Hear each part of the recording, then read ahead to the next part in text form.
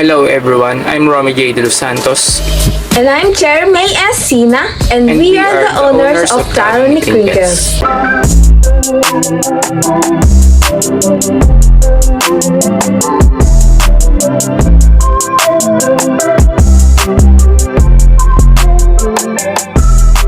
About taro, According to Yummy 2023, ang flavor ng taro is sweet, nutty, and also has warm vanilla undertone. So, pag sinabi natin taro, ito ay ang Colocasia esculenta or gabi. So, yung taro is widely cultivated for its edible root vegetable na kung saan ginagamit ito sa cuisine around the world. So, ang taro ay nag-o-offer sa atin ng health benefits. Essential siya sa vitamins and minerals. Rich siya sa nutrients katulad na lamang ng vitamin E, vitamin C, at ito ring taro ay high in fiber, which is ang taro ay excellent source of dietary fiber, which is aids in digestion. Yung taro is nutritious. Kailangan pa rin natin ng properly cooked before consumption para maiwasan natin yung neutralized toxin that are naturally present sa raw fruit. May iba't iba tayong paraan para kumita dito. Katulad na naman ng paggawa tayo ng taro chips, rice, cake, cookies, and also the crinkles. Bakit nga ba namin napili na ibenta sa aming EDP is Taro Crinkles? Nagkaroon ng collaboration between Department of Agricultural Entrepreneurship and Department of Food Tech. So, yung Food Tech, binigyan kami ng list kung saan yung mga product na yun is pwede namin gamitin sa aming EDP. And bibigyan din kami ng workshop and trainings. So, sa mga list na yun is, nag-search na agad kami na sa mga bawat product na yun kung ano yung mga ingredients and paano gawin. So, during workshop and trainings, talagang pinukasan namin is yung Taro Crinkles. And pinanood namin kung paano gawin, and napag-isip-isip namin na yun na talagang gamit namin kasi yung mga ingredients na niya ay madaling mahanap sa market like ng taro. Talagang makikita mo agad siya sa market. We decided to choose Taro Crinkles because we know na mas tatagal ang kanyang shelf life.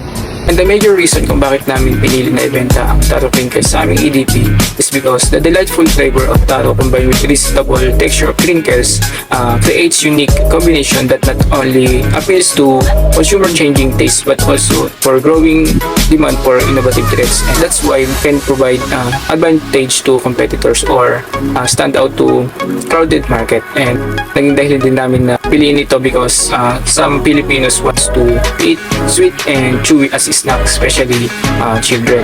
And ito yung naging dahilan namin kaya pinili namin itong ibenta kasi nasa isip namin na madali itong i-market and kikita kami. objectives of the project. 1. Be able to apply the skill in the production of taro crinkles. We wanted to enhance our skill in the production. 2. Enhance the managerial and practical skill of selling and making taro crinkles. 3. Gain income from taro crinkles production. 4. Determine the probability of the small-scale taro crinkles production enterprise. Time and place of the project. We conducted our EDP at Silang Cavite from March 4 to May 24, 2024. Ito namin kinonduct ang marketing and production. Sa Pulok 6, iba Silang Cavite namin prepare ang mga ingredients, and dito kami nagmi-mix, and dito din kami nag-chill ng aming mga mixed ingredients or dough.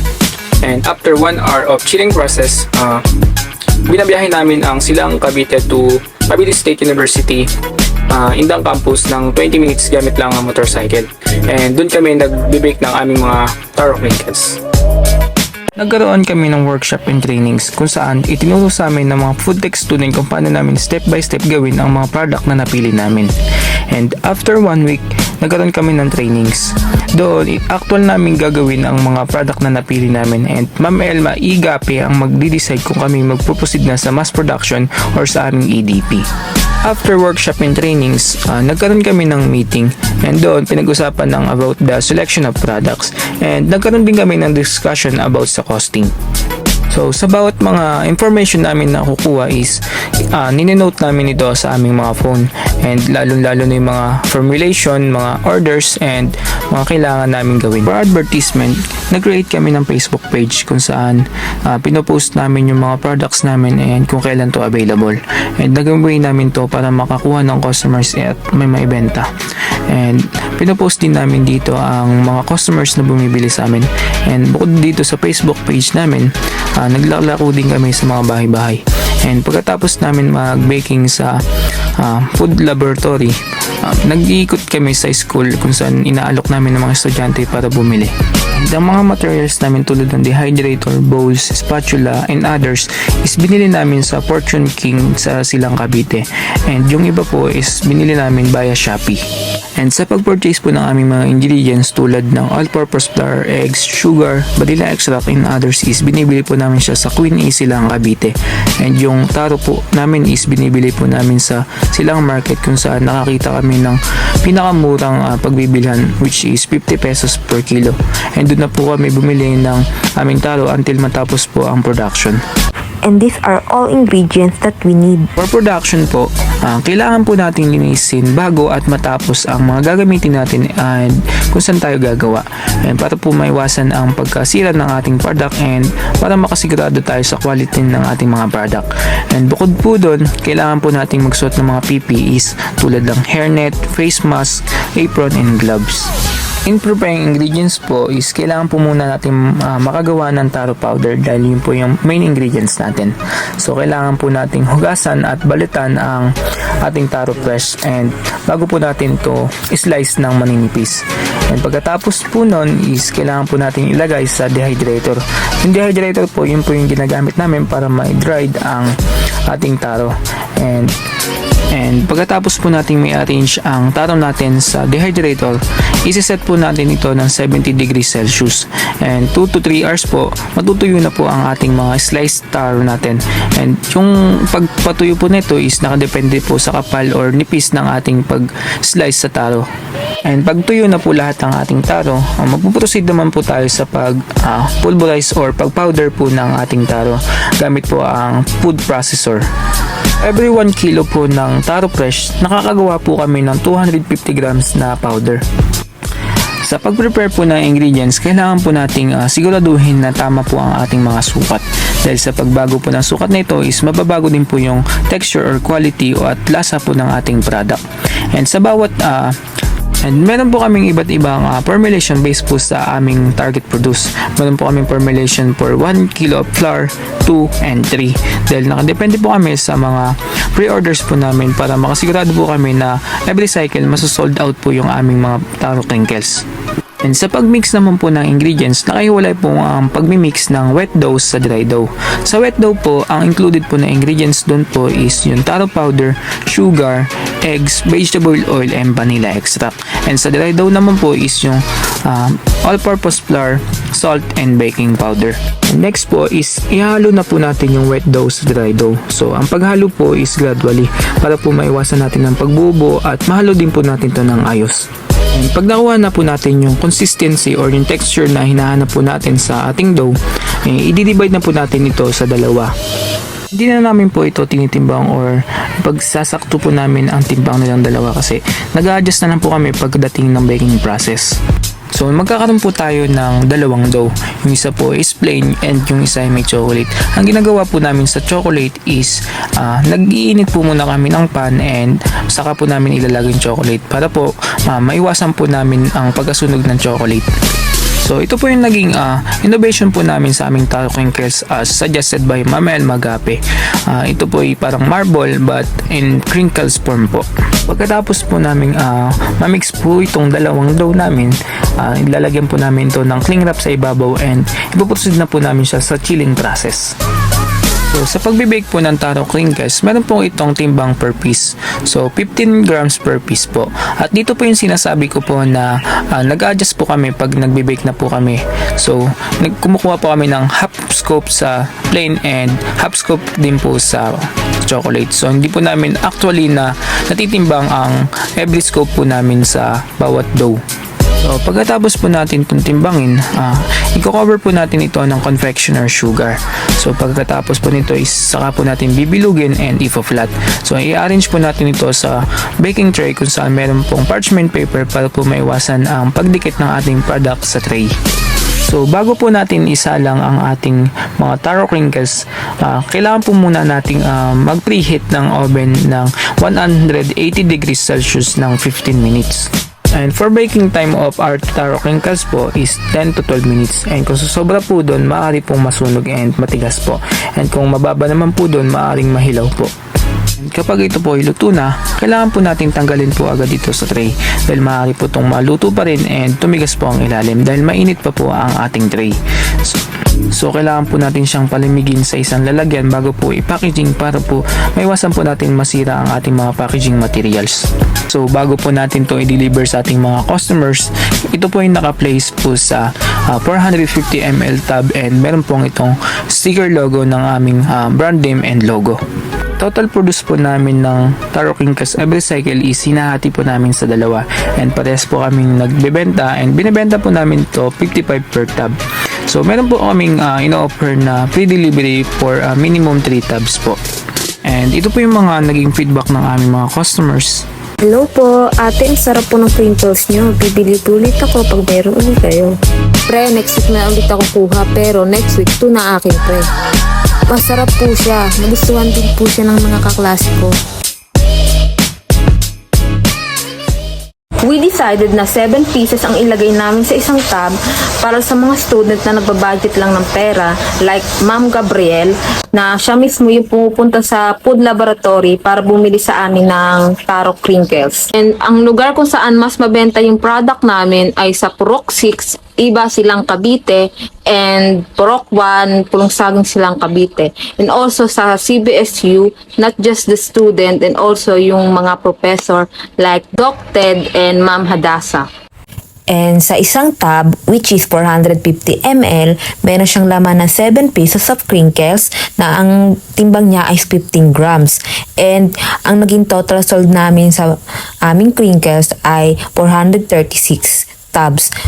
But we didn't meet our target of 520 because of there were many events that hit the baking schedule. The fourth cycle has reduced the number of people who want to buy. The result is that there are a lot of stock baked taro crinkles at home. But we find a way and adjusted the baking schedule. It only took 2 weeks to cook while we save up pre-order. So sa market analysis naman po, ang lugar na mas mabenta po sa amin, isa pong Saging Silang Cavite at Iba Silang Cavite. Kaya po pareho po ng percent kasi kapag nagluto po kami ng partner po namin, hatiin po namin to equally tsaka namin ibibenta sa lugar namin. And yung 10% naman po, ito po yung pag hindi namin naubos yung crinkles namin sa kanya-kanya naming lugar, ay dun po namin ibibenta yung natira sa CBSU main. So, ang naging one-time buyer namin is 70%, which is 305 buyers. And yung more than one-time customer naman namin is 131 person or customer. At ang pera po na kinita namin, pinaghatian po namin ito. At si Romy J po, ginamit niya po ito para makapagbakasyon po sa lugar nila sa Mindoro. And ako naman po, yung pera po na nakuha ko, ginamit ko po siyang puhunan para sa business na gusto ko po, like clothing. At happy naman po kami dahil kahit papaano, nagamit naman po namin ang pera ng maayos at sa gusto namin gawin. For the financial analysis, So in this table shows the cost of ingredients every cycle. And meron po kaming 8 cycle for whole production. So for the first cycle po, may total cost na 657.08 and second 894.09, third 861.29 and fourth 591.65 until day 7 cycle po yun. And for the last cycle, 8 cycle, 325.35 and nagtototal po ng 5,104.41. For the average cost of ingredients per cycle po is nagtototal po siya ng 638.05.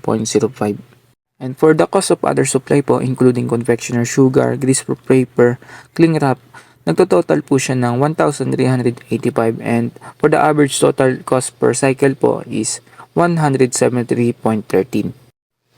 For cost of materials po, including face mask, hairnet, apron, and plastic gloves, nagtototal cost po siya ng 112 and total cost per cycle po is 14 pesos. And for the cost of packaging materials po, including tab, sticker logo, nutritional label sticker, nagtototal po siya ng 2,482.24. So for the cost of packaging per cycle, so Para po makuha namin yung cost of packaging materials per tab, is dinivide po namin yung cost of packaging materials sa total unit sold po namin, which is 436. And for the first cycle po is nag-total cost po siya per cycle ng 256.19. For the second cycle is 432.68. For the third cycle, 438.37, and for the fourth cycle 296.05 until the seventh cycle, and for the eighth cycle was 170.18 at nagtototal po siya ng 2,482.24. Cost of tools. Ito po ay depreciated, and para po makuha ang depreciated cost ng ating mga tools, kailangan po natin ng salvage value.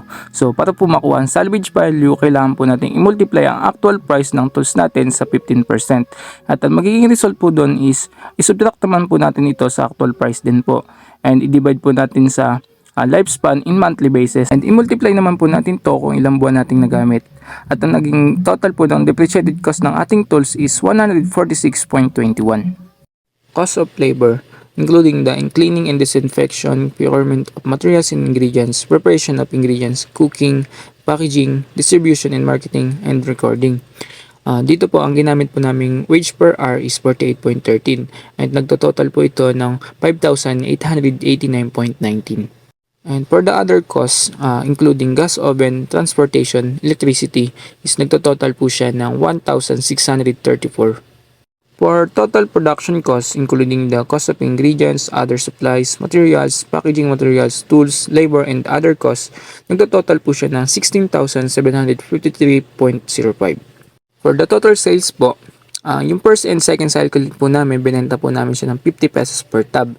And the following cycle po until the last is binenta po namin ng 55 pesos per tab. And may total po kaming tabs na 436 tabs, and nagka-total sales po kami ng 23,375 pesos. So sa table po na ito, ipapakita lang po namin ang cost per tab and profit per tab ng aming Taro Crinkles. And para po makuha namin yung dalawang yun, kailangan po namin ng total production cost and total units sold and yung selling price per tab po namin. Ang total production cost po namin is 16,753.05, and total units sold na 436 tabs, and yung selling price po namin is 55 pesos per tab. So, para po makuha yung cost per tab namin, kailangan po namin i-divide ng 16,753.05 sa 436 tabs. So, ang nakuha po namin is 38.42. So, para po naman makuha ang profit per tab, kailangan po namin i-subtract ang cost per tab sa selling price namin, and ang nakuha po namin is 16.58. To compute the net income, we subtract the total production cost from total sales. Our total sales was 23,535, and our total production cost was 16,753.05, and the student entrepreneur has a net income 6,781.95. Computation for return on investment, or ROI. To compute the ROI, we divide the net income by total production cost and multiply by 100. So our net income was 6,781.95, and total production cost was 16,753.05. So the student entrepreneur has a ROI 40.48%.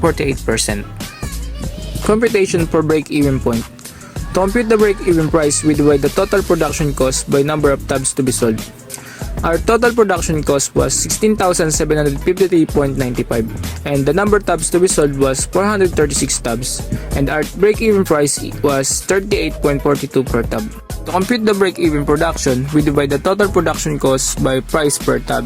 So our total production cost was 16,753.95, and price per tab was 55 pesos. And our break-even yield for 55 pesos was 305 tabs. So, sa Taro Crinkles production, nagkaroon kami ng 3 months operation. And the last week of February, nagkaroon kami ng contribution na 2,500 pesos each. And nagkaroon kami ng beginning balance na 5,000. And ang inuna naming i-purchase is yung mga tools and equipment, and nagtotal ito na 2,415, and meron kaming ending balance na 585, at hindi kami nag-decide na ibalik sa amin to kasi ito din yung gagamitin namin pambili ng iba naming kailangan, lalong-lalo na yung mga ingredients. First week of March, doon na kami nag-start na magbili ng mga ingredients namin and mga iba pa namin kailangan, and sa buong March doon na kami nag-start talaga ng marketing and production. So For the whole month of March, nagkaroon kami ng total sales na 13,145 pesos and meron kami beginning balance na 2,585. So nagkaroon kami ng total cash on hand ng 15,730 and less the total expenses na 8,330.22 is nagkaroon kami ng ending balance na 7,399.78. And for the month of April, nagkaroon kami ng beginning balance na 7,399.78 and for the whole month of April nagkaroon kami ng total sales na 5,720 and nag-total cash on hand ng 13,119.78 and less the expenses na 2,169 is nagkaroon kami ng ending balance sa month of April ng 10,950.79. And for the last month of operation, which is May, meron kaming beginning balance na 10,950.79. And for the whole month of May, meron kaming total sales na 4,510. And nagka-total cash on hand kami ng 15,460.79. And meron din kaming total expense na 610.50. Kung mapapansin nyo po, konti na lang po yung mga expenses namin kasi yung natira naming ingredients ng last cycle, ito na po yung ginamit namin para sa month of May. And meron kaming ending balance na 14,850.29 and ito po yung naging cash flow namin for the whole operation. So for profit statement, binenta namin ang Taro Crinkles in retail lang po. So nagkaroon kami ng 50 pesos per tub nung first and second cycle, which is nagkaroon kami ng total of 121 tubs and nagtotal siya ng 6,050. And for the 55 pesos per tub, nagkaroon kami ng 315 tubs and nag-accumulate kami ng 17,325. And for home consumption, nagkaroon kami ng 3 tubs which is nag-total siya ng 160. And for total income of for whole operation, meron kami 23,535 pesos. And for the expenses, meron po kaming cash expenses na 10,869.55. And for the non-cash expenses or yung own labor, meron kaming 5,889.19. And wala po kaming binayaran na hard labor. Kaya wala po yan. And nagkaroon kami total expenses na 16,758.74. And for profit naman po, para po makuha yung profit, sinubtract po namin yung total expenses po namin na 16,758.74 dun po sa naging total income namin na 23,535. And nagkaroon po kami ng profit na 6,776.26. And for the ROI naman po, para po makuha yung ROI, dinivide po namin yung profit namin na 6,776.26 dun po sa naging total expenses po namin or yung total production cost na 16,758.74 and binultiply po namin ito sa 100. And ang nakuha po namin ROI is 40.43%. We wanted na magkaroon kami ng reseller na kung saan magkakaroon kami ng wholesale of tab, which is ang magiging bentahan na lamang namin dito is 50 pesos per tab dahil ang retail namin dito is 55 pesos. So kapag kinumpit natin siya, magiging 50 pesos times 50 pieces ay 2.5 na lamang siya, pero pag retail is 55 pesos times 50 pieces is equal to 2,750. So, ang magiging less nito is 250 pesos.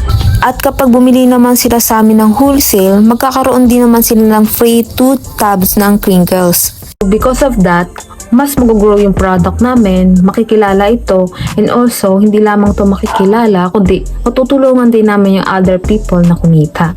What more pa, kung mag-a-add kami ng other flavor, katulad na lamang ng taro with matcha, taro with cheese, taro with milk, and other pastry na ang main ingredients dito is yung taro. Katulad na lamang ng taro cookies and cake. Una, ang mindset namin about entrepreneurial development project ay para lamang pumasa. Hindi namin iniisip kung kikita ba kami dito or hindi.